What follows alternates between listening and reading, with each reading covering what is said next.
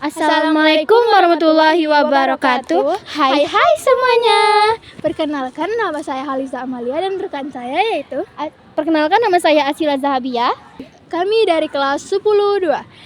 Di sini kami ingin mewawancarai tentang sejarah di SMP Negeri 1 Tembilahan. Tonton sampai akhir ya. Assalamualaikum warahmatullahi wabarakatuh. Kami dari SMA 1 Negeri Tembilahan izin bertanya tentang sejarah masa lalu tentang SMP 1 Tembilahan. Ya, baik. Sebelumnya perkenalkan, nama saya Ibu Darmawati SPD. Sekarang menjabat sebagai PLT Kepala SMP Negeri 1 Tembilahan, yang sebelumnya adalah Waka Kurikulum karena kepala sekolahnya pindah ke Dinas Pendidikan. Untuk sementara sebelum ada definitif, Ibu sebagai PLT di sini. Nah, mengenai sejarah sekolah ini didirikan SMP Negeri 1 Tembilahan pada tahun 1976. Tentunya sudah lama kan ya. Nah, itu pun dinamikanya perubahan ini sudah juga berganti nama beberapa kali dari SMP 1 Tembilahan. Dulunya ketika didirikan bukan SMP 1 namanya, SMP Negeri 2 Tembilahan. Nah, karena ada pemekaran Kecamatan Tembilahan menjadi Tembilahan Hulu, berubahlah SMP ini menjadi SMP Negeri 1 Tembilahan yang sebelumnya bernama SMP 2 Tembilahan. Berubah menjadi SMP 1 Tembilahan. Kemudian seterusnya pemerintah daerah punya prioritas pendidikan waktu itu. Diubahlah sekolah ini menjadi sekolah SMP Indra Praja namanya. Berlaku selama 3 tahun. Kemudian dikembalikan lagi menjadi SMP Negeri 1 Tembilahan oleh pemerintah berikutnya. Itulah sejarah nama SMP Negeri 1 Tembilahan yang sekarang ini. Kami juga punya beberapa pertanyaan untuk Ibu. Boleh, Ibu? Boleh. Kasih. Sejak kapan Ibu menjabat sebagai kepala sekolah di sini? Untuk kepala sekolah baru bulan ini, bulan Oktober, karena kan baru pelantikan kepala sekolahnya ke Dinas Pendidikan. Dulunya sebelum jadi PLT kepala sekolah ini adalah Waka Kurikulum di SMP ini. Ya. Begitu, Bu.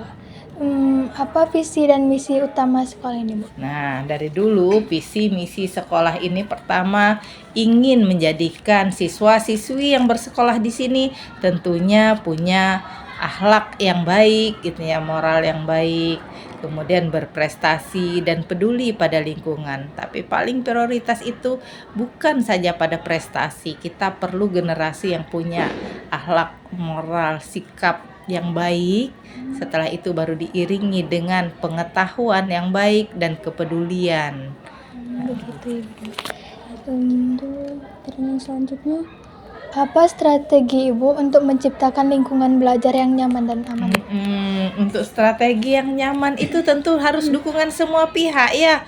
Mulai dari orang tua siswa memahami bahwa aturan yang dibuat sekolah itu bukan berarti untuk memberikan sikap mental yang merugikan siswa, tapi perlu dukungan.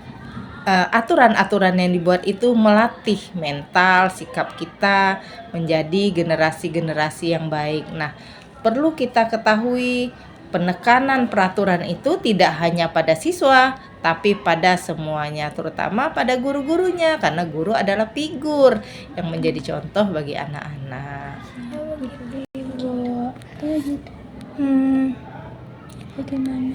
Bagaimana peran guru, siswa, dan orang tua dalam kemajuan sekolah ini, Bu? Sangat perlu bekerja sama. Perannya kalau ada permasalahan apa saja, orang tua boleh berkoordinasi ke sekolah. Kami juga punya ruang BK untuk konsultasi. Jadi, pihak sekolah sangat mensupport apa yang diharapkan oleh orang tua terhadap anaknya. Boleh orang tua yang berkunjung ke sekolah, boleh juga kadang dari guru BK melihat sikap siswa yang kurang pantas gitu ya, yang perlu pembinaan, kami akan menyurati orang tuanya agar orang tuanya datang ke sekolah, kita bicarakan bersama untuk kebaikan anak-anaknya. Kemudian selain itu juga ada kunjungan dari, misalnya kalau melihat kondisi siswanya itu perlu ada pembinaan, dari guru BK juga ada visit home datang ke rumah siswanya, cari alamatnya untuk mengetahui lebih dalam tentang kondisi siswa. Gitu Ibu. Kalau menurut Ibu misalnya ada tuh siswa yang kayak susah diatur, susah kayak masuk sekolah Iya. atau kayak susah lah gitu Bu, bermasalah ke BK terus. Menurut Ibu itu gimana mengatasinya? Nah, bagaimanapun lembaga pendidikan itu adalah mendidik. Mendidik itu dari yang tidak bisa menjadi bisa, dari yang tidak tahu menjadi tahu, dari yang tidak bisa punya aturan menjadi punya sikap yang dapat mentaati aturan. Bagaimanapun kita hidup ini pasti punya aturan. Nah, kalau masih juga belum bisa, itulah perlunya kesabaran. Tugas guru adalah akan berusaha membimbing siswanya menjadi anak yang lebih baik. Misalnya dia bermasalah terus, panggil orang tuanya. Tanya anaknya, apa yang dia mau? Atau dia merasa tidak bisa sama sekali beradaptasi, konsultasikan ke orang tuanya. Apa yang terbaik bagi anaknya? Dia boleh menentukan sikap sesuai dengan apa yang dia inginkan. Asal keputusan yang diambil itu punya masa depan yang baik, punya sikap yang baik dan tidak membebani pihak manapun. Jadi sikap keterbukaan itu perlu sekali. Tidak tiba-tiba kalau ada buat kesalahan langsung diberhentikan di sekolah gitu kan. Tidak seperti itu, karena proses pembinaan itu di sekolah sangat penting. Gitu. Apa harapan Ibu untuk masa depan sekolah ini, Bu? Harapan untuk masa depan sekolah tentu yang paling diharapkan tuh anak-anak yang lulusan dari SMP Negeri 1 Tembilahan ini menjadi anak-anak yang punya sikap yang baik, punya pengetahuan yang baik, dan kelak dia dapat mengaplikasikan pengetahuan yang dia dapat di sekolah ke masyarakat. Kelak tentu kalau ini dapat dilaksanakan, dia tentu menjadi harapan generasi emas Indonesia. Bu, mungkin segitu aja pertanyaan dari kami. Terima kasih. Maaf ganggu waktu Ibu ya Bu. Tidak apa-apa. Senang atas kunjungannya. Ya, Terima kasih, Bu. sama-sama. Mudah-mudahan tambah sukses ya sekolahnya, tambah rajin belajar, mentaati peraturan sekolah. Ya. Waalaikumsalam. Nah, kami sini punya beberapa pertanyaan, boleh Mem? Boleh. Apa tuh, Nak?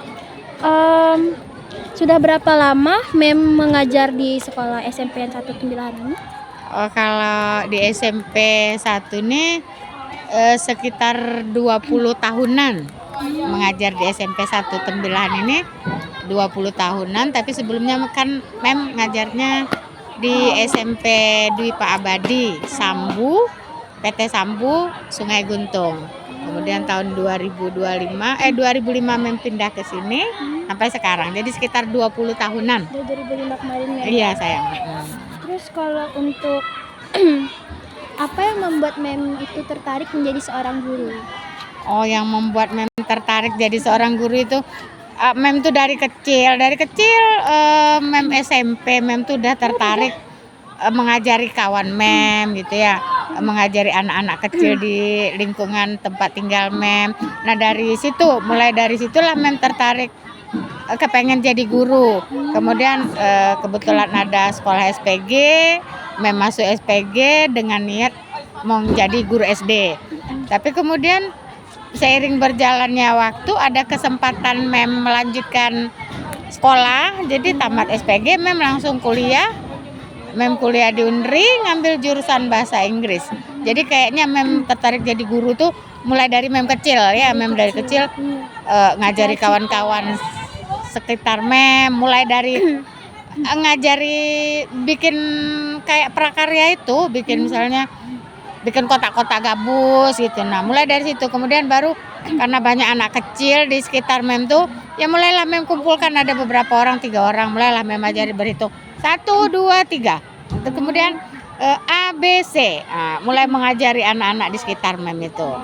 Jadi udah lama gitu, dari kecil. Oke Mem, bentar.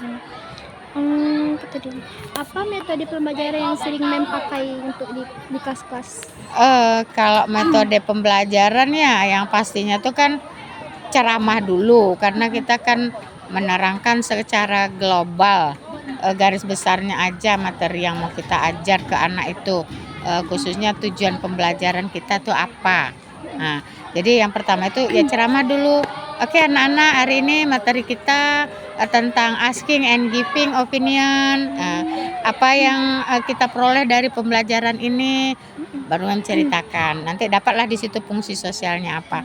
Jadi ceramah dulu, kemudian sudah ceramah itu lanjut kerja kelompok. Yang paling sering menggunakan ya kerja kelompok, diskusi. Itu terakhir refleksi. Kan Mem mengajar pelajaran bahasa Inggris. Iya sayang. Apa yang membuat Mem tertarik untuk mengajar bahasa Inggris itu, Mem? Dulu waktu SMP Mem tuh yang buat Mem tertarik tuh bapak Mem pandai bahasa Inggris. Bapak Mem tidak sekolah di jurusan bahasa Inggris, tapi bapak Mem pandai bahasa Inggris.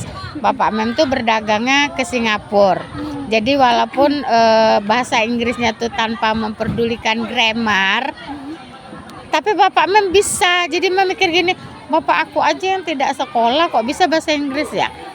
Aku yang sekolah kok tak bisa bahasa Inggris gitu. Nah makanya Mem begitu tamat SPG, walaupun di SPG tidak ada pelajaran bahasa Inggris ya.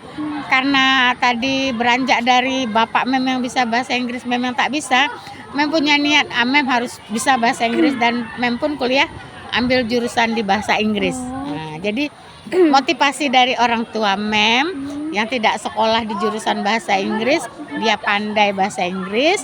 Nah, itulah yang membuat Mem harus bisa gitu. Nah, seperti bapak Mem gitu. Nah, Mungkin segitu aja pertanyaan dari kami, Mem. Maaf Oke. ya mengganggu oh waktu tidak, Mem. Mem suka sekali. Nanti kalau ada apa-apa boleh tanya Mem lagi. Oke, Mem. Oke, thank you Terima kasih, banyak ya. Iya, Oke Mem. sayang, thank you Makasih ya, banyak. Mem. Apa kesan dan kalian masing-masing untuk sekolah ini? Semoga sekolah ini semakin berkembang dan bagus, lebih meningkat lagi.